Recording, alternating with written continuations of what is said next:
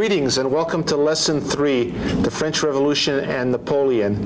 My name is Dr. George Gavrich. Joining me will be Lieutenant Colonel Scott Stevenson. If you remember, we were with you with Lesson 1. And based on that performance, I know they can hardly wait for what we have before. Exactly. And since last time we talked about limited war, it seems like we shouldn't stick on the same message, but talk about something different. What we're going to be talking about is a revolution in military affairs of a tremendous scope. If you remember when we talked about the age of Frederick the Great, is an age of limited war where armies fought often for just the territory next to the kingdom. The battles basically lasted less than a day.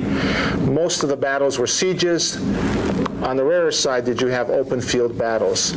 With the French Revolution and the emergence of Napoleon, warfare is going to take on a whole different dimension. We're going to be talking about Napoleon being able to raise a 500,000-man army plus and march all the way to Moscow, while at the same time having a 500,000 army down in Spain. Something unheard of. A war economy that can sustain battles for several days. Napoleon said, I could lose 30,000 people in one day and fight again another day. Something Frederick could not afford to say, something monarchs before him could not say. So we're talking about a transformation in warfare from an age of limited war to what some people say starts to move toward total war, general war, where battles and armies are on a whole different scale than ever before. The way I think this lesson could be organized is it's important to see that any great commander, like Napoleon, a genius, military genius, is a product of his time. So it'd be good to talk a little bit about the French military and the innovations they're trying to bring in, then talk about the French Revolution. Some say there couldn't have been no Napoleon without the French Revolution. What impact does the French Revolution have on warfare? So in the first case, we're talking about some military influences. In the second case, non-military influences as they shape and help explain this new warfare that emerges. And then we need to talk about Napoleon himself and the system that he creates. What changes does he bring to make for warfare on a whole different scale, and then end by looking at how he gets defeated at Waterloo and his undoing. Let's look at first the French military. If you remember,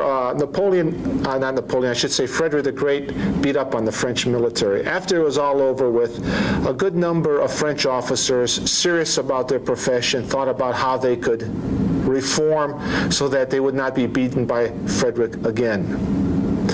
And I think it's important to talk about some of the changes that are brought about in the French military, because Napoleon's going to be raised as a young officer in this monarchical military, the Ancien regime, and he'll take ideas of those reformers and put them together. So let's talk a little bit about the French military before Napoleon and the French Revolution.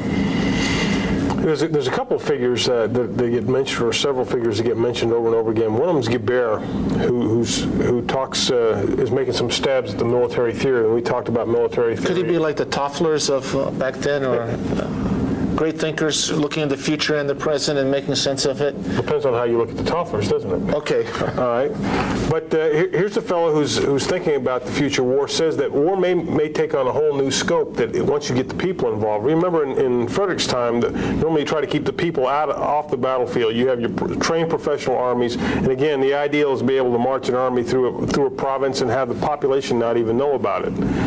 But what happens if you get the population involved? This may throw things off. Guibert's got some theorizing about that. Of course, he can look across the ocean in the last lesson, Lesson 2, about the American Revolution, and see there is a people involved. And what does that mean for the future warfare? Absolutely. Some thoughts about that. There's another fellow named Gribeauval who institutes a whole bunch of changes, especially in French artillery, toward making it more mobile, more of a instrument of supporting maneuver on the battlefield. He lightens up the caissons. He lightens up and standardizes the different pieces of artillery and makes that a much more useful, effective tool than the heavy guns that had to be dragged around the battlefield. And once you set them in place, basically they stay there for the whole battle.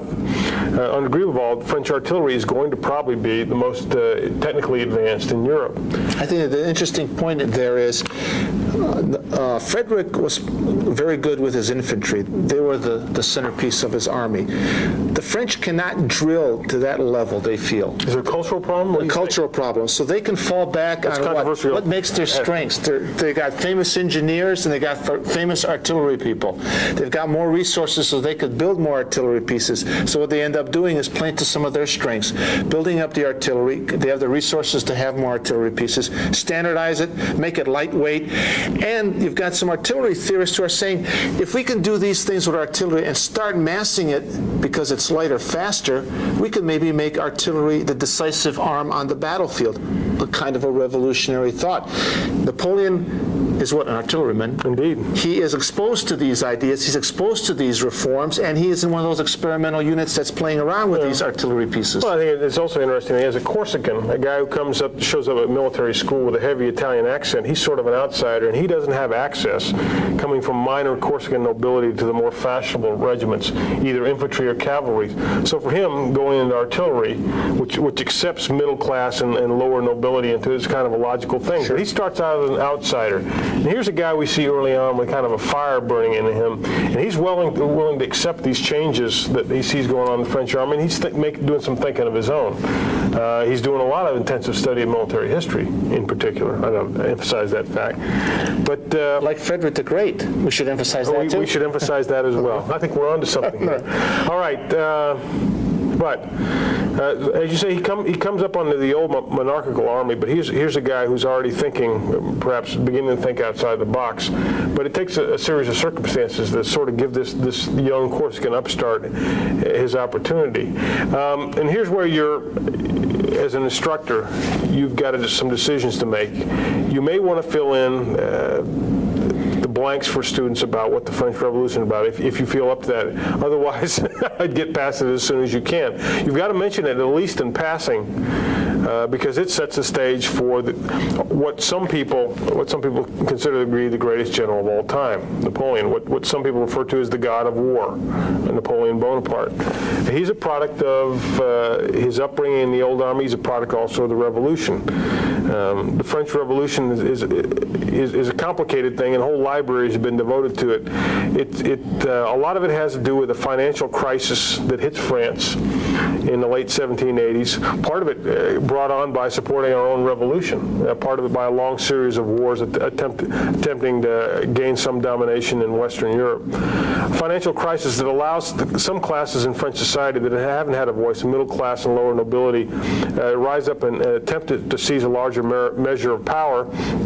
And, well, it's also, I think it's an agrarian and an economic crisis, lead to a political crisis. You know, the king attempts to flee the country, Louis XVI, he gets captured, he gets beheaded, and all of a sudden, all the crowned heads of Europe are starting to get a little nervous about what does this mean when people can rise up and overthrow and then execute a king. The whole system is at risk here, and so all the major powers unite to put down this French Revolution. Sort of like the Bolshevik Revolution brings in the rest of the world against it, and the Iranian Revolution, when it emerges, people want to stop it. Yeah, you don't play with revolution. Well, this is a key element here. Again, we talked about Frederick the Great in the 7 Years' War. You look at the correlation of forces against him, he doesn't have a chance. You look at the same thing with France in 1793, 1794. Its army has not fallen apart, the old monarchical army. It's lost its officer corps. About a third of its enlisted ranks have gone off and deserted. It is in bad shape, and all of a sudden it's facing the various houses of Europe, are marching on its frontiers with big armies, and it looks like this revolution is going to be stamped out just as quickly as it rose up. The question is, how does a revolution like this, made by the people, how does it defend itself? What do you think? Well, I think one of the things that is important to ask is, what does the French Revolution do to the character of war? And there is, first of all, a major change in the political system. we see nationalism rising up, the power of the people. This is really, you could say, the emergence of the nation state. What then means in this revolutionary fervor is people see, wow, the old monarchy is gone away, a lot of the aristocrats are fleeing. I have a stake in this revolution. People who are nobodies are all of a sudden head of revolutionary committees. They have a stake in saving this revolution because this is a government for the people. So what you see is where the peasant tolerated soldiers marching by, or it's probably more in the cities, tolerated soldiers. Now he's willing to take up arms and join and go out on the field and fight under this elan, the spirit of revolution and nationalism. And it doesn't need to be motivated. Yeah, it's got the motivation within. Now you've got to somehow drill him, train him a little bit, and you've got enough of the old guard to help with the professional side, but you've got a lot of now these guys willing to fight. So there's a zeal that takes them for a few years and helps them to win on the battlefield. That's one thing. So the nature of the political state has changed, which means if you want to fight Napoleon, or before that, the revolutionary regime, a lot of military people who are progressive will say, you've got to change the way we do business with our own people, so we get them on our side, and we see this flow of the nation state into the rest of Europe. That's one thing, I think. And then the second thing is, if the state has changed and become more nation state, the army has become national. You no longer will need mercenaries as time goes on because you will conscript people from within. These people don't have to be called up. They naturally rise up when the call comes and says, we need to fight for the revolution. They'll start going out. Coercion helps sometimes. A little bit. But as time goes on, what has happened? You haven't changed the industrial base. The agrarian society has not really changed. But what has happened is people have been fired up within a short period of time, and now we have a new standard, a new mindset. So like you start with your first income tax, little, and then you build on it. What then happens is you can now take that fervor. You could take that mass army that's 1 million strong armed, and now put in the mechanisms, the coercion, the conscription. So from now on, you can mobilize the society and raise armies on a much larger scale, which means you could take losses on a much larger scale than before and replenish them with conscription. So we have the emergence of national armies and wars of nations. Yeah, whereas in Frederick's time, a single battle can decide an entire war. When the French revolutionary regime can put, in the mid-1790s, 1 million men into the field, all of a sudden, you can't beat those guys in a single battle. You're going to have to organize a campaign. You've got a whole new order of problem here that you've got to take on when you're facing 1 million. Now, it's still a ragbag force, let's face it. How are you going to take, you've built an army, but if it's still these untrained citizens, how are you going to turn this into effective force? And that's the problem that the revolutionary generals faced. It's a thorny problem, a pressing problem, and especially because the revolutionary leaders tend to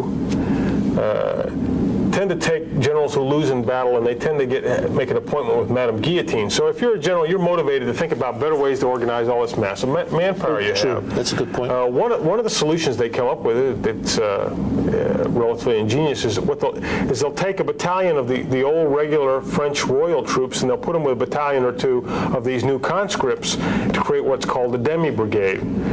The idea being that the well-drilled, well-disciplined old regime troops will serve as an example for these new conscripts who, as willing as they may be, don't know a thing about fighting, and make them their example of these royal troops, these old royal troops, will turn this demi-brigade into effective fighting force.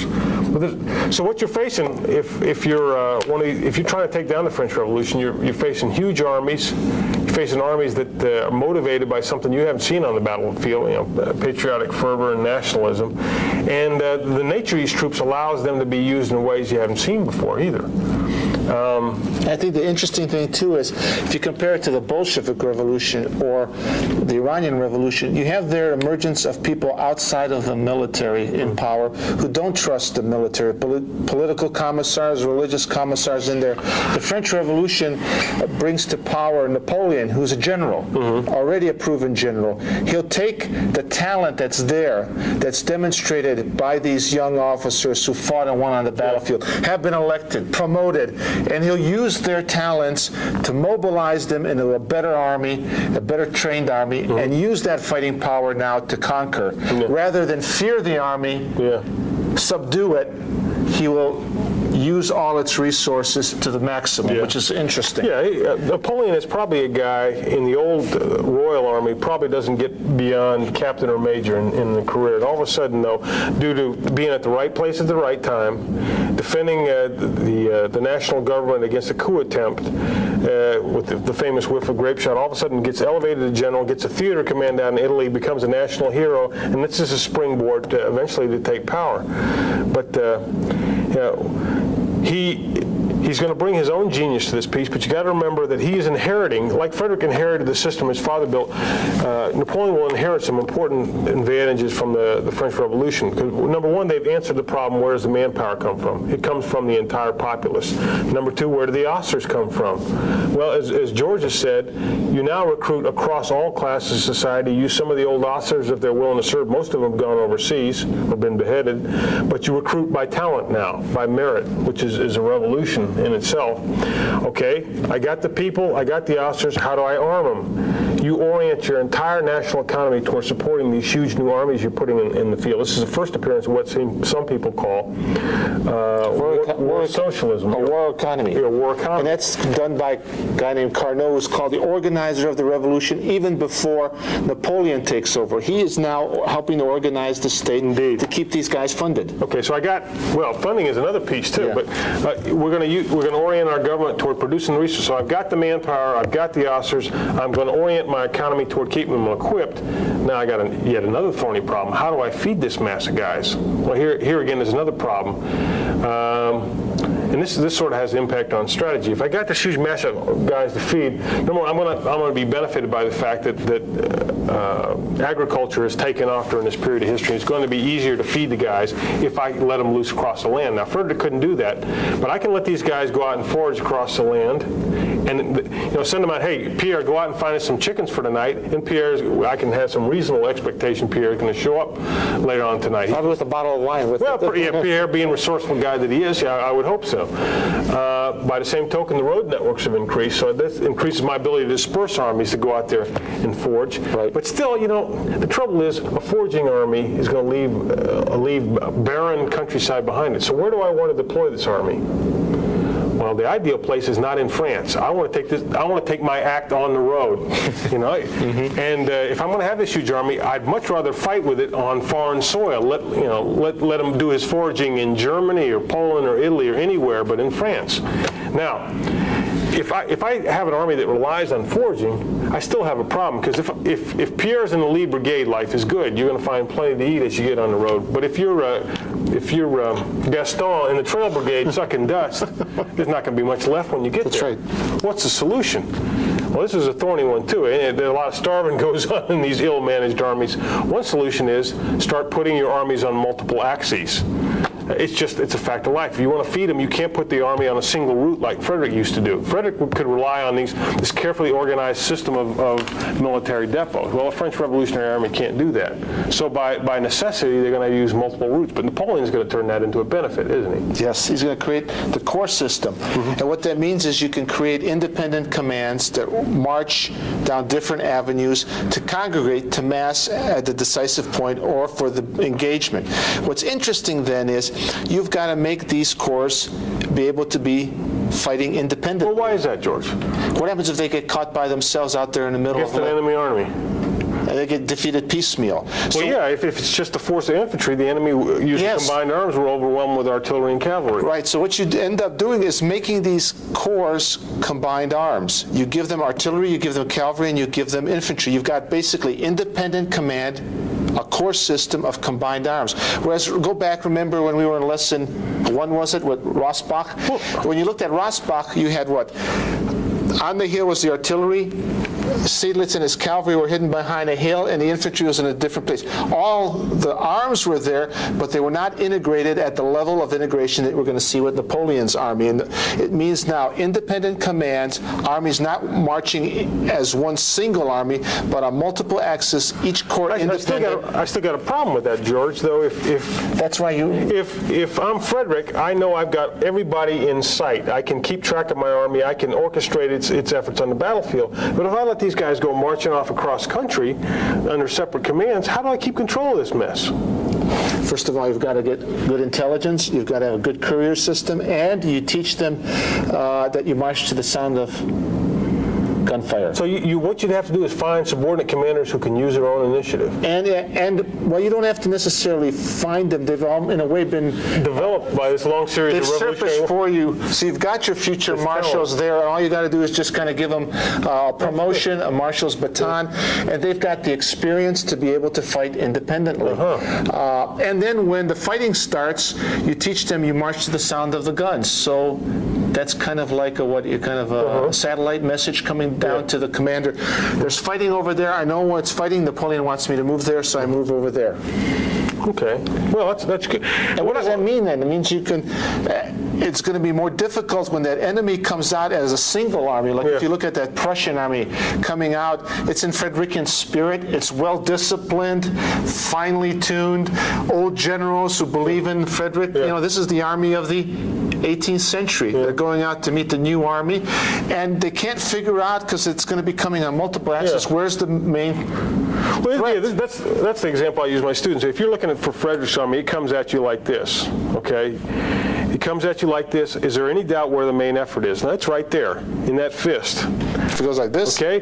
But what you see with Napoleon is that. You see multiple columns. Okay, so I'm a commander. Where's Napoleon's main effort? Is it here? Is it here? Is it here? I'm not sure. If I attack this guy, and I guess wrong where the main effort is, what the rest of the guys will collapse on me. And that's part of Napoleon's part of his system. He moved by corps that would move in a box, say a corps at each corner of this book here. Let me put it down here where you can see it. All right. And if you go after this corps right here, the other ones are trained to move against your flanks, wherever you hit it. If you hit it here, for example, the other guys will move to the sound of the guns. They're about a day or two with each other. Each corps is designed to fight independently. It's designed to fight just long enough for the rest of the corps in that box to come to his rescue. Now what happens if I'm coming at you in a coalition? Here's a Prussian army, and here's maybe a Russian army. I'm coming towards you. What does the corps system allow Napoleon to do?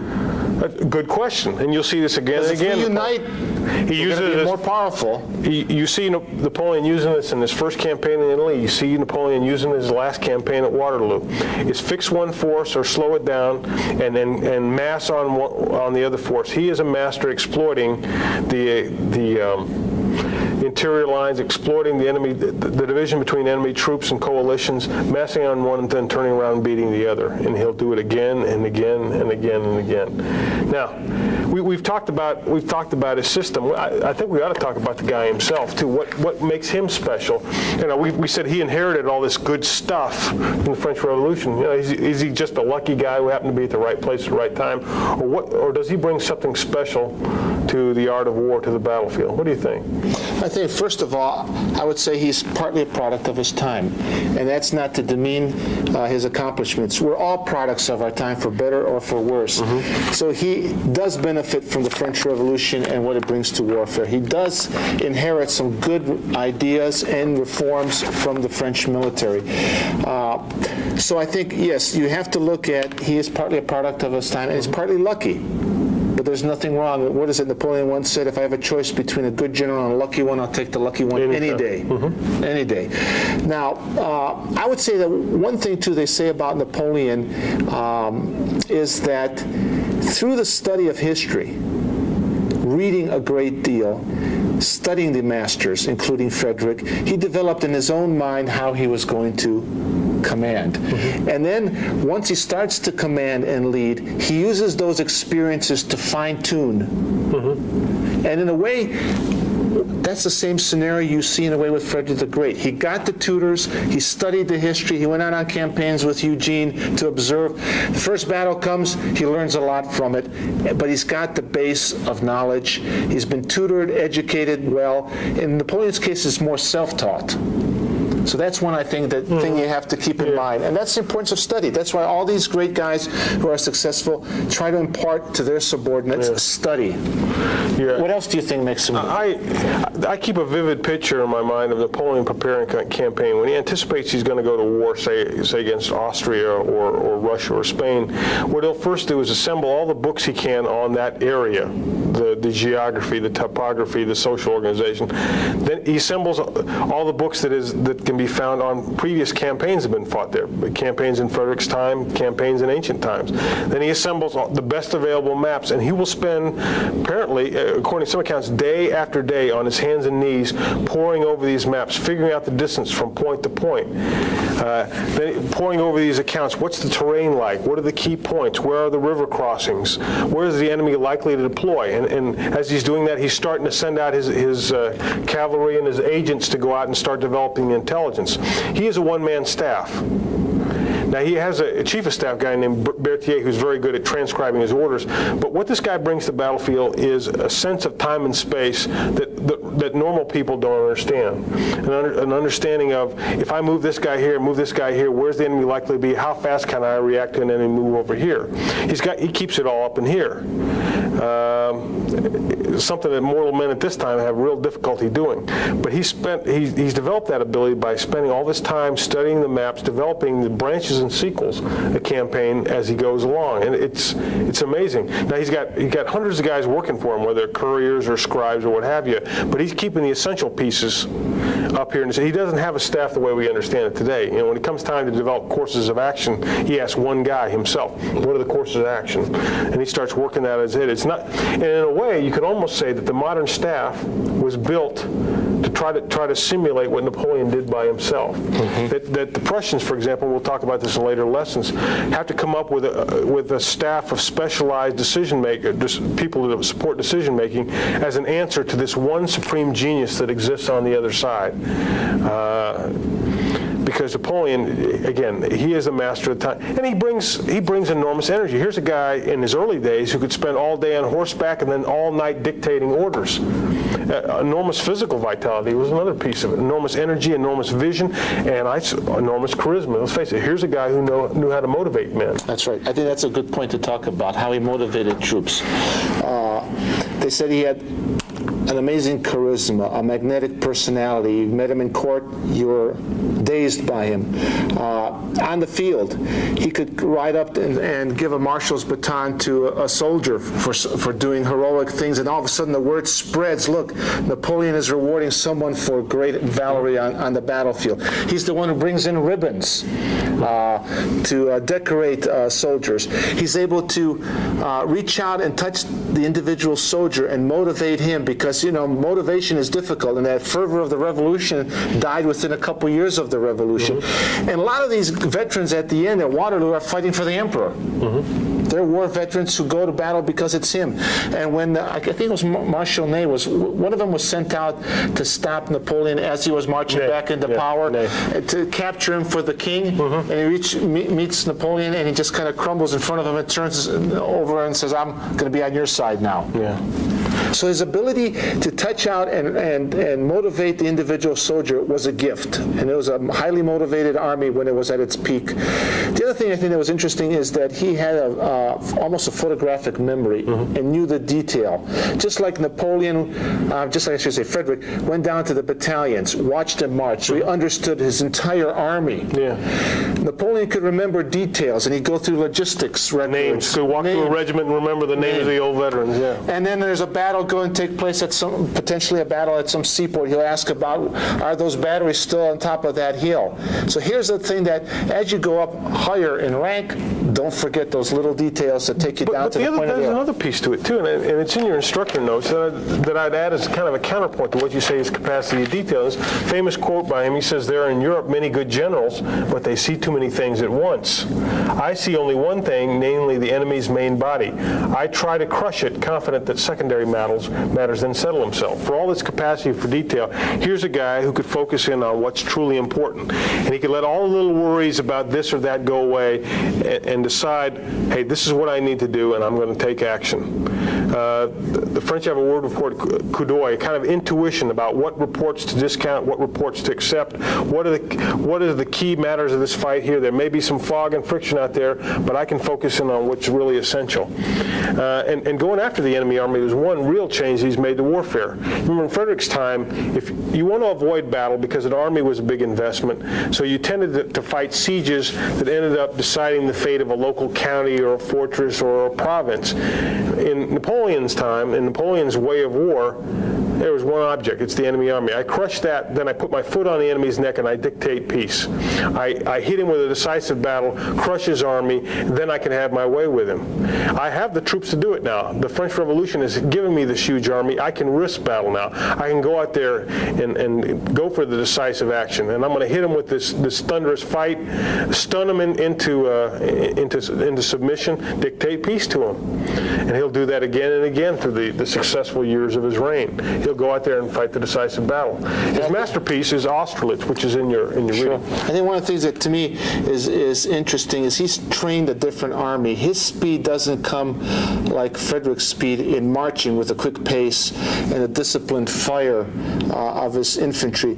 He has brought speed with the ability to bring combined arms, bring corps together onto the battlefield, hitting you from all sides at the operational level, hitting you with all those combined arms in an integrated fashion on the battlefield. And with artillery being so much more important, you don't have to spend as much time training your infantry like Frederick did. You make it more of a light infantry, all-purpose infantry, so you don't have to train it as much. It can be replaced much faster than Frederick's. So now if you want to fight against Napoleon, you've got to mobilize your society differently, you've got to be able to sustain losses at a much higher rate, and you've got to be able to replenish and adapt some of the things that Napoleon does, which means you take a little bit of the corps system, you take his infantry, artillery, and cavalry tactics, incorporate them, da-da-da-da-da-da. Yeah, and if you're a European monarch trying to fight, this is a brand new way of war, and it's stunning. It's faster than what you've seen before. Yeah. It's more massive than what you've seen before. The tempo of warfare is like you've never seen. Napoleon's constantly operating inside the decision cycle of his enemies, who are used to moving in that methodical single column from siege to siege. Now here's a guy who comes at you in multiple columns and wants to fight the big battle. Oh, what you going to do? The case study that you're offered is Austerlitz. Again, as I said before, Napoleon's masterpiece, and offered as a kind of it's amazing example of how Napoleon sees a battlefield, has pictures in his mind, establishes what we'd call in modern parlance information dominance, has an outstanding deception campaign, and then on the tactical battlefield, we've talked about his operational feel for a fight and when to bring the corps together, but the tactical feel, the minute-to-minute awareness of where units are, how long his units can hold out, when the enemy is going to be in a really vulnerable position, and then deciding at the exact right moment to commit his reserve into the enemy weak spot to exploit the situation he's already set up days before the battle even goes on.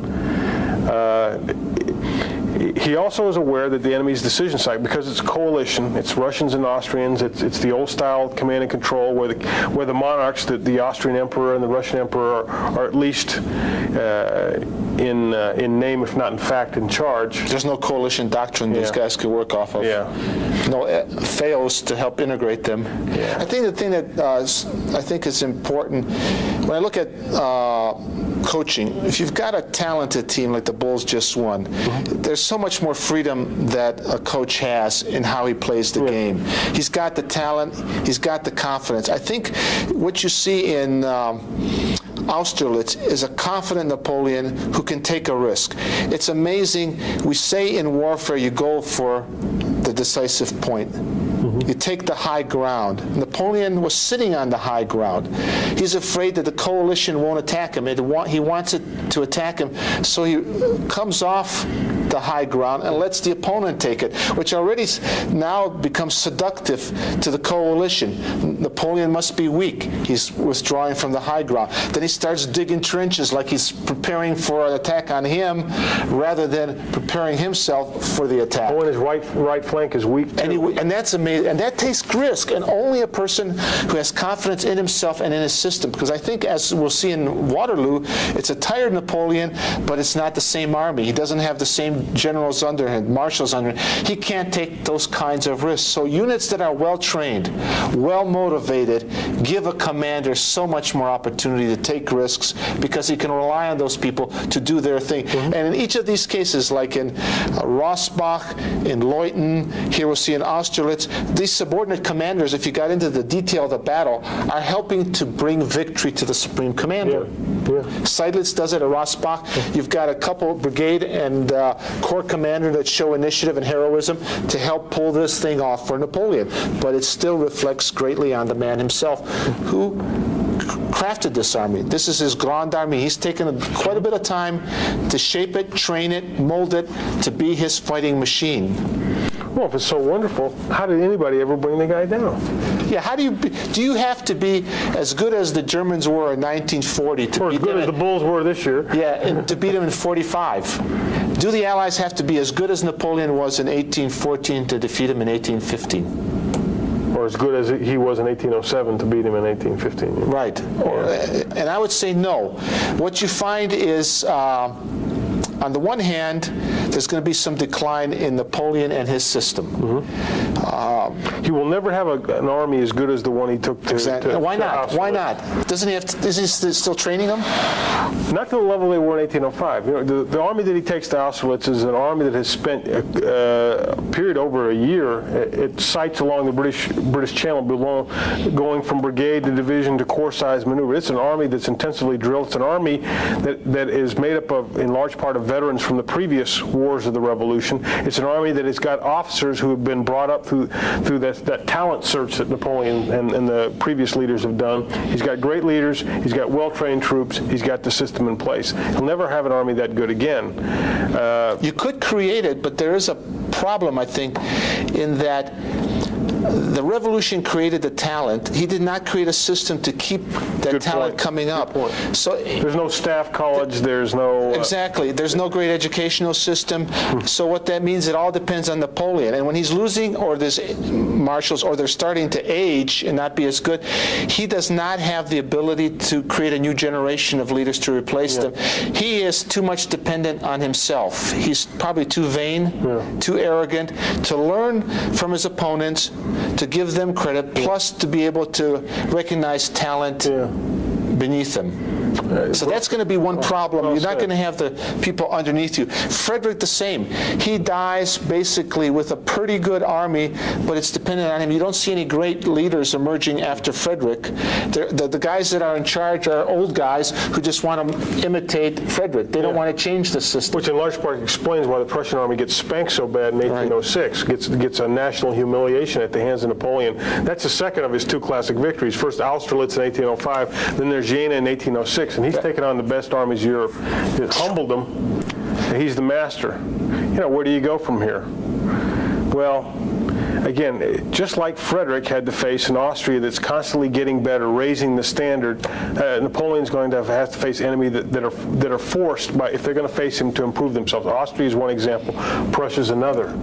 And there's Napoleon himself. His eyes get bigger than what he can digest. He looks around. He says, I'm going to make Europe one gigantic embargo against the English, who are the only guys at that point who are holding out to him. By 1807, 1808, the only people who are holding out against Napoleon are the damn British, as they say. He can't get at them because he's thwarted by Nelson at Trafalgar. He can't build a French navy that can face him. So he's going to put a blockade on. He figures he will humble this nation of shopkeepers with the continental system. The problem with the continental system, there's some leaks in it. The most prominent at each end of Europe. At one end there's Spain and Portugal, and at the other end there's Russia, who don't want to play along. So Napoleon says, well, I got to bring these guys in the system. In 1808, he goes to go through Spain to get to Portugal, to clamp down on them, ends up in a campaign that turns into a people's war. The Spanish people rise up against him after he deposes their king. He gets into a long, bloody, guerrilla, brutally ferocious, lots of atrocities on both sides, guerrilla war in Spain that eats up, by some estimates, as many as 500,000 French troops over the period from 1808 to 1812. It's what is called the Spanish ulcer that eats away at his army. At the other end is Russia. Now, that's a whole different thing, isn't it? And what's interesting there is with the vastness of space there in Russia, Napoleon just gets dragged deeper and deeper into Russia, not necessarily by design, until he extends his line so far that he can't get back. It's reminiscent of what we'll see in World War II with the Germans. And he loses basically 90% of his army. Yeah, he goes into Russia with the same plan he always does on the campaign. I'm gonna go in there with a massive force and force the enemy into a battle. But the Russians say, well, we're going to fight you, but I think a little further back. And they get ready to fight a battle, and they get cold feet, and they pull back a little further. The Russians don't have this plan from the start of a scorched earth back to Moscow. It works out that way, though. And Napoleon keeps having this idea, I'm going to bag the Russian army. I'm going to bag the Russian, like, it keeps slipping away from him, and eventually he's all the way into Moscow. You know, the question is, what now, GI? Well, if I take the enemy capital, he'll be forced to make peace. The Russian Tsar says, not necessarily.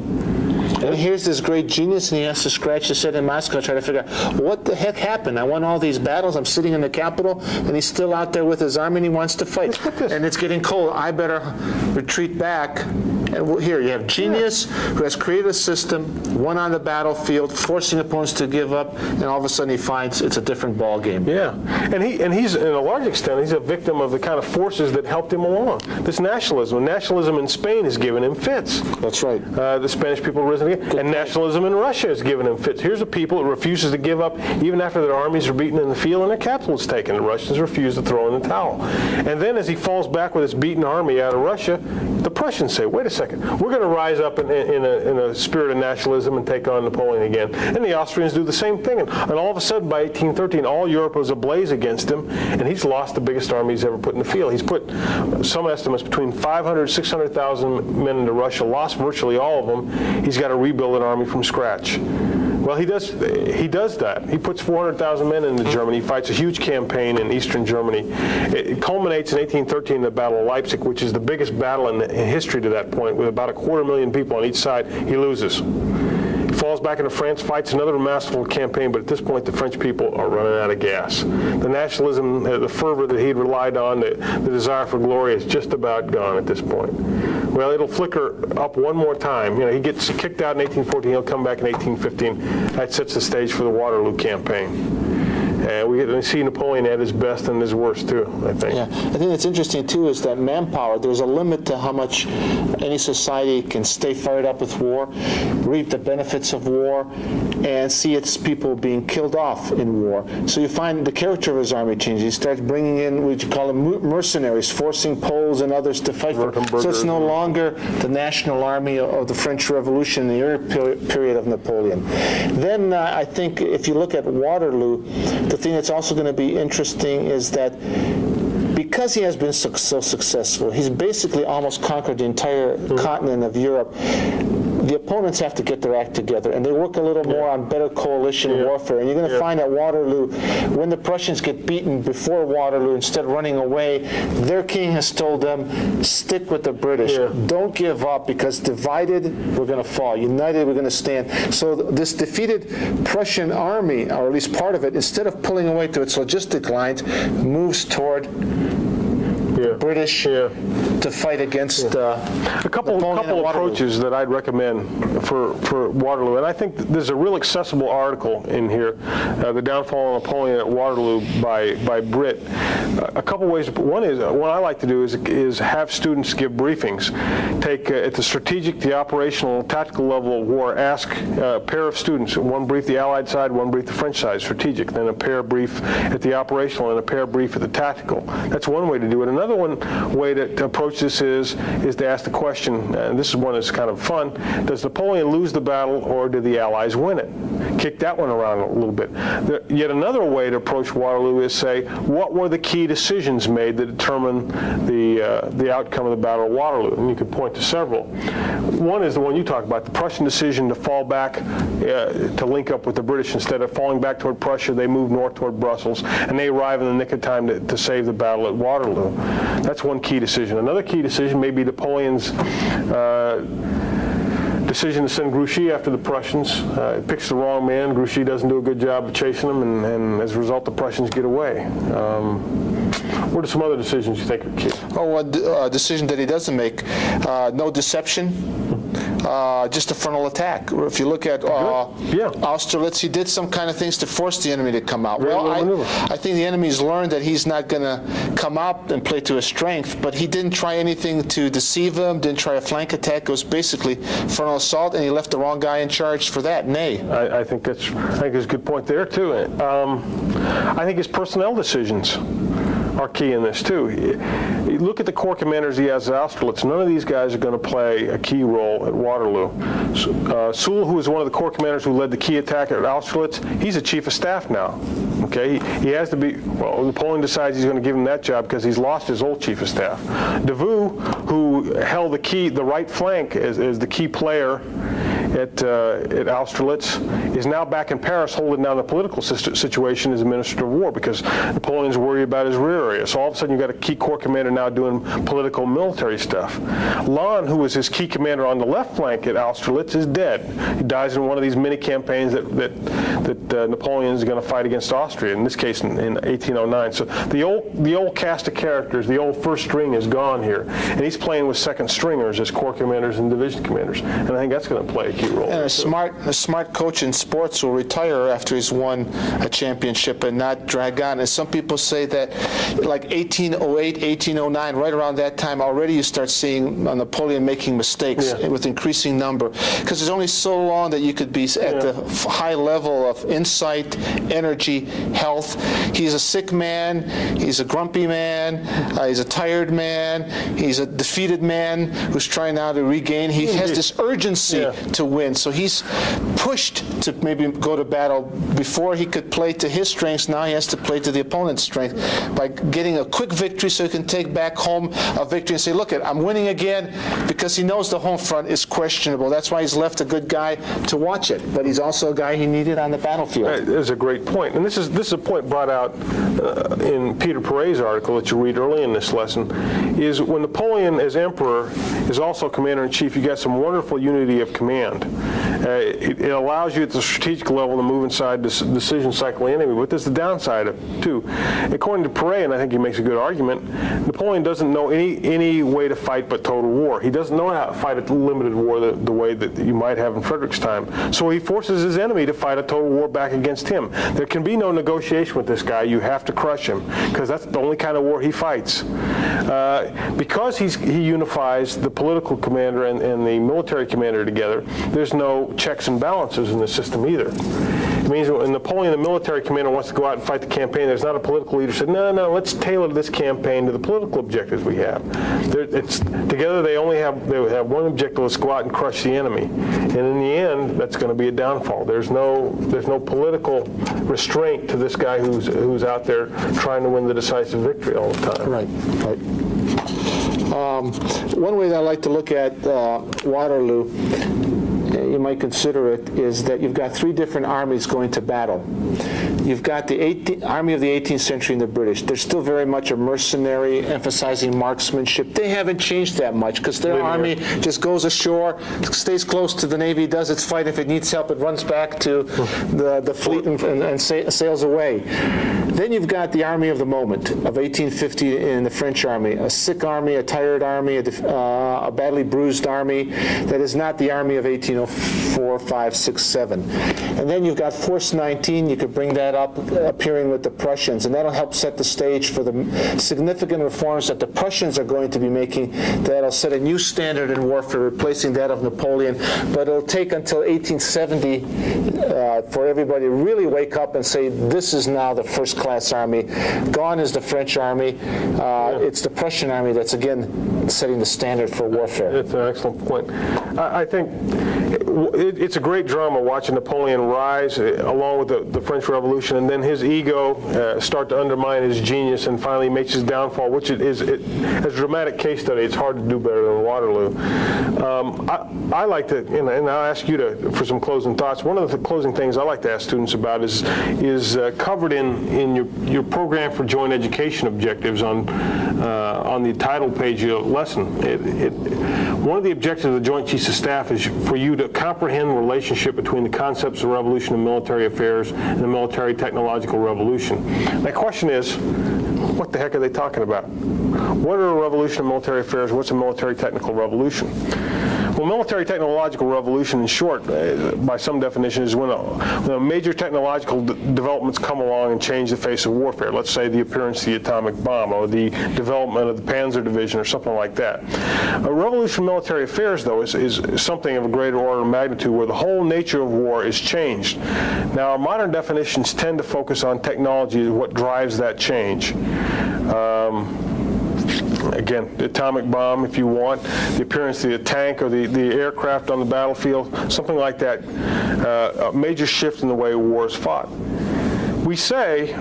We argue, in the lead article that you have by Parade, Napoleon and the Revolution War, argues that a revolution occurred and Napoleon was a driver of it, or Napoleon was a key figure. Okay, well, this begs the question, what's the technology that drives that revolution? The answer is it's not technology that drives that. At least that's my opinion. And again, this is subject to some considerable debate. I think there's general consensus that we could say that.